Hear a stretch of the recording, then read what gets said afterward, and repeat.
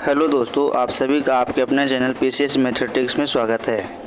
आज के इस वीडियो लेक्चर में हम एडिटोरियल द्वारा प्रकाशित बिहार तथ्य संग्रह के क्रम को आगे बढ़ाएंगे।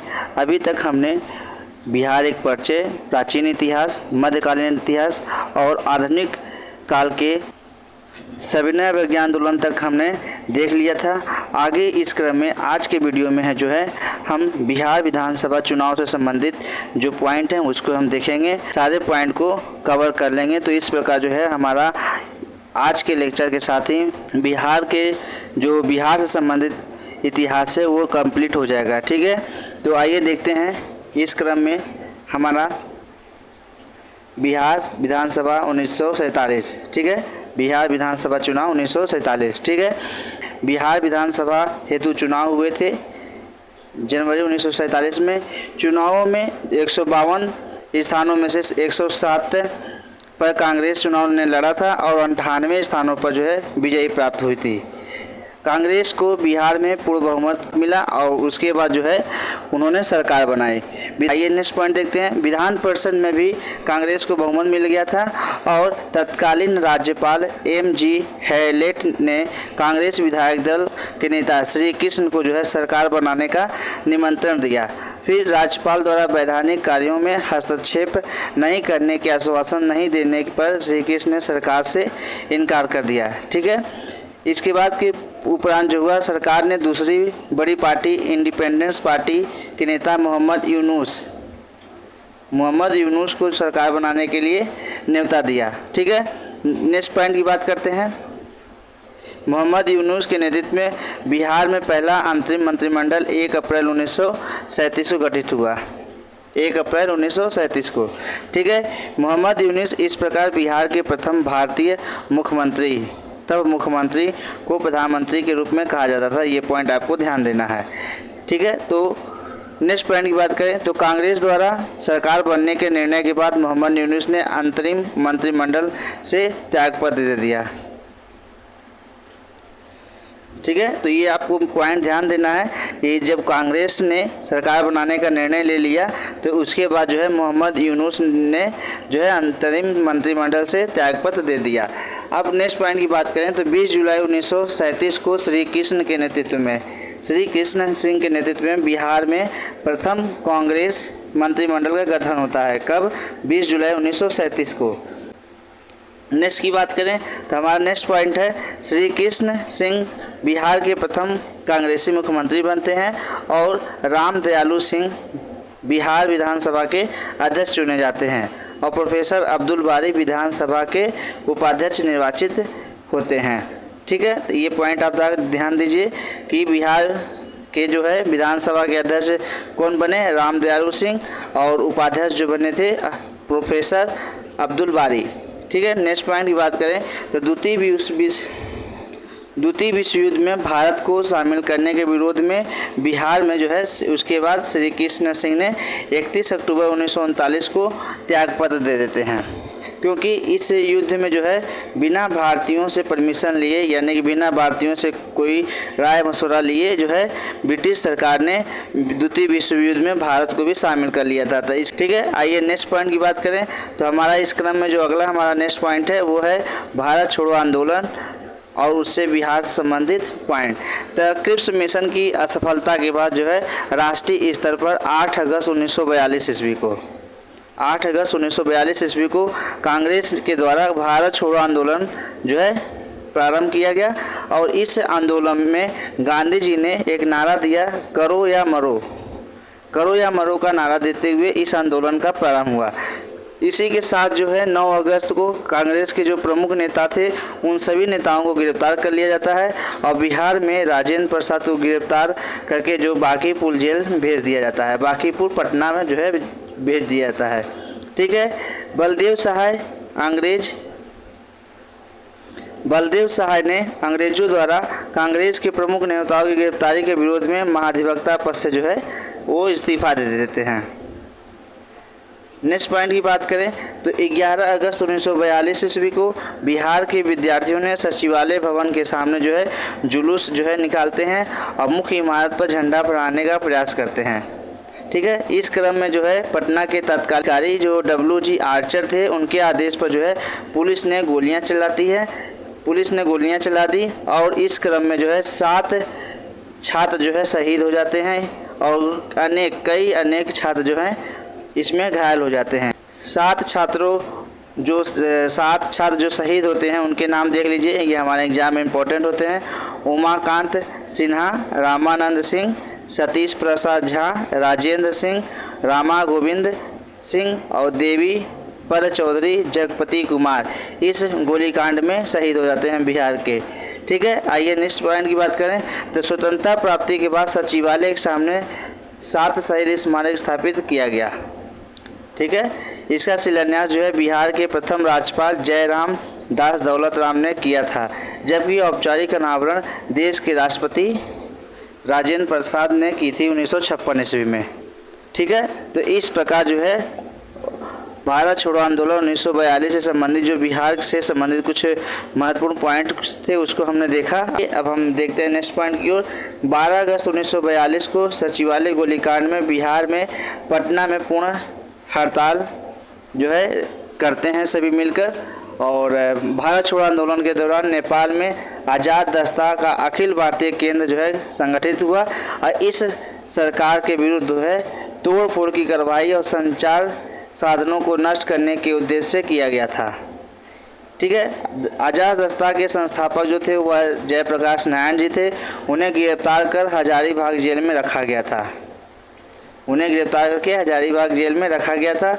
नेक्स्ट पॉइंट की बात करें तो 9 नवंबर 1942 ईस्वी को दीपावली की रात वे अपने 5 साथी कौन, रामानंद मिश्र, सूरज नारायण सिंह, योगेंद्र शुक्ल और गुलाबी सोनार और शालिग्राम सिंह के साथ जो है दीवार फांद कर भाग जाते हैं और आज़ाद दस्ता का गठन कर देते हैं। ठीक है। नेपाल में आज़ाद दस्ता का प्रशिक्षण शिविर राजविलास जंगल में गठित हुआ था। ठीक है। इसमें बिहार के युवाओं को छापामार युद्ध अग्नि अस्त्रों को चलाने की शिक्षा दी गई। इसके निदेशक जो थे सरदार नित्यानंद सिंह थे। ठीक है। तो इन सारे पॉइंट को आप ध्यान में रखिए। आइए नेक्स्ट पॉइंट की ओर बढ़ते हैं। तो आज़ाद दस्ता में जो है जयप्रकाश नारायण के साथ राम मनोहर लोहिया, अरुणा आसफ अली, सूरज नारायण सिंह, योगेंद्र शुक्ल, रामानंद मिश्र, अच्युत पटवर्धन आदि जो है समाजवादी नेता इसमें शामिल थे। आज़ाद दस्ता के जो रेडियो प्रचारक का दायित्व था वो राम मनोहर लोहिया जी को था। ठीक है। 1943 ईस्वी के मध्य तक सभी प्रमुख नेताओं को गिरफ्तार कर लिया गया, अतः आज़ाद दस्ता जो है शिथिल पड़ गया। नेक्स्ट पॉइंट की ओर देखते हैं। तो हमारा नेक्स्ट पॉइंट है कि भारत छोड़ो आंदोलन के दौरान बिहार के छात्रों ने ट्रेन पर कब्जा कर स्वराज ट्रेन नाम चलाया। सिवान में थाने पर झंडा फहराने की कोशिश में फुलेना प्रसाद श्रीवास्तव पुलिस की गोलियों का शिकार हो गए थे। सिवान में कौन, फुलेना प्रसाद श्रीवास्तव। ठीक है। भारत छोड़ो आंदोलन में बिहार का मुख्य केंद्र जो है गांधी मैदान बना भारत छोड़ो आंदोलन के समय। ठीक है। 1942 ईस्वी में इसका नाम जो है पटना लॉन्ज था और 1948 के बाद जो है इसका नाम जो है गांधी मैदान रखा गया। यानी कि आज़ादी पहले क्या था, पटना लॉन्ज, लेकिन 1948 में इसका नाम जो है गांधी मैदान किया गया। भारत छोड़ो आंदोलन में बिहार में जो है 15,000 से अधिक व्यक्ति जो है बंदी बनाए गए और 8,783 को सज़ा मिली। उसमें जो है 134 शहीद हो गए और 362 व्यक्ति जो है घायल हुए। ठीक है। तो ये डाटा जो है आप सभी ध्यान दीजिए। 1942 से संबंधित जो बिहार से संबंधित पॉइंट थे उन सभी को हमने देखा। आइए हम नेक्स्ट देखते हैं बिहार राज्य के जो गठन हुआ है उससे संबंधित जो पॉइंट है, यानी कि पृथक बिहार राज्य के गठन। पृथक बिहार राज्य के गठन का श्रेय जो है सच्चिदानंद सिन्हा जी को जाता है। उन्होंने महेश नारायण, श्री कृष्ण सहाय और नंद किशोर लाल के साथ मिलकर 1894 ईस्वी में बिहार टाइम्स या बिहार समाचार पत्र का प्रकाशन किया था। ठीक है। इस क्रम में नेक्स्ट पॉइंट की ओर बात करें तो बिहार टाइम्स के जो मुख्य संपादक थे वो महेश नारायण थे। इस समाचार पत्र ने पृथक बिहार राज्य के गठन का महत्वपूर्ण भूमिका निभाई। ठीक है।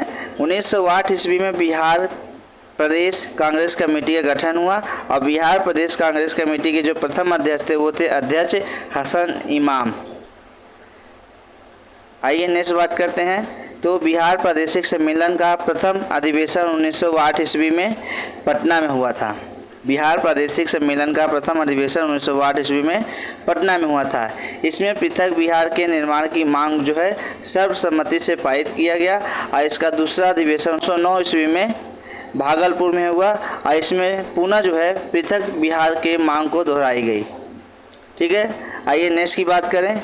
तो 1911 ईस्वी में केंद्रीय विधान परिषद में सच्चिदानंद सिन्हा और मोहम्मद अली ने जो है बंगाल एवं बिहार के विभाजन का प्रस्ताव जो है पेश किया।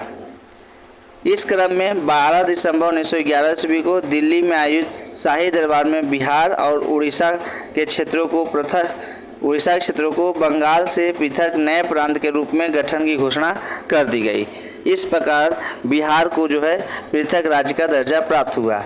अब आइए हम बात करते हैं आधुनिक बिहार से जुड़े जो अन्य तथ्य हैं इम्पोर्टेंट, उनसे संबंधित हम देख लेते हैं। 1937 ईस्वी में मोहम्मद अली जिन्ना ने बिहार का भ्रमण कर मुस्लिम लीग का प्रचार प्रसार किया था 1937 ईस्वी में। ठीक है। 1938 ईस्वी में अब्दुल कयूम अंसारी ने मोमीन कांग्रेस की स्थापना की थी। मोमीन कांग्रेस की स्थापना की थी अब्दुल कयूम अंसारी ने। इन्होंने कांग्रेस के प्रति स्वामी भक्त रहते हुए बिहार में मुस्लिम लीग का प्रभाव जो है कम करने का प्रयास किया था बिहार में। ठीक है। 1938 की बात करें तो 1938 में आदिवासी महासभा का गठन हुआ और इसके अध्यक्ष थे थियोडोर सुरीन थे। इसके अध्यक्ष कौन थे? थियोडोर सुरीन। कालांतर में इसका प्रभावशाली नेता जो है राम जयपाल सिंह हुए। राम जयपाल सिंह। आइए नेक्स्ट की ओर बढ़ें। तो बिहार में जो है स्वतंत्रता आंदोलन के क्रम में बिहार की महिलाओं ने भी चढ़ बढ़ कर बहुत हिस्सा लिया और प्रमुख महिलाओं की बात करें जो प्रमुख स्वतंत्रता सेनानी थी वो उसमें थी श्रीमती प्रभावती देवी, श्रीमती शैला बाला राय और श्रीमती हसन इमाम और श्रीमती सरस्वती देवी, श्रीमती साधना देवी और श्रीमती विंध्यवासिनी देवी, श्रीमती कुसुम कुमारी, श्रीमती राजवंशी देवी और श्रीमती भगवती देवी। तो इन सभी जो स्वतंत्रता सेनानी महिलाएं थी बिहार के आंदोलन में काफ़ी हिस्सा लिया और बढ़ चढ़कर योगदान दिया। इन सभी नामों को आप सब अच्छे से याद रखिए क्योंकि हमारे एग्जाम में महिलाओं से संबंधित क्वेश्चन पूछे जाते हैं। ठीक है। नेक्स्ट की बात करें तो आशा सहाय जो है 1943 ईस्वी में सुभाष चंद्र बोस की आज़ाद हिंद फौज में शामिल हो गई और 1946 में जापान से स्वदेश लौटकर उन्होंने महिलाओं को हथियार चलाने का प्रशिक्षण दिया था। ठीक है। नेक्स्ट पॉइंट की बात करें तो गोविंदपुर गांव के श्री नरसिंह गोप की पत्नी जो थी श्रीमती जिरियावती देवी ने 16 अंग्रेज सिपाहियों को जो है गोली मार दी थी।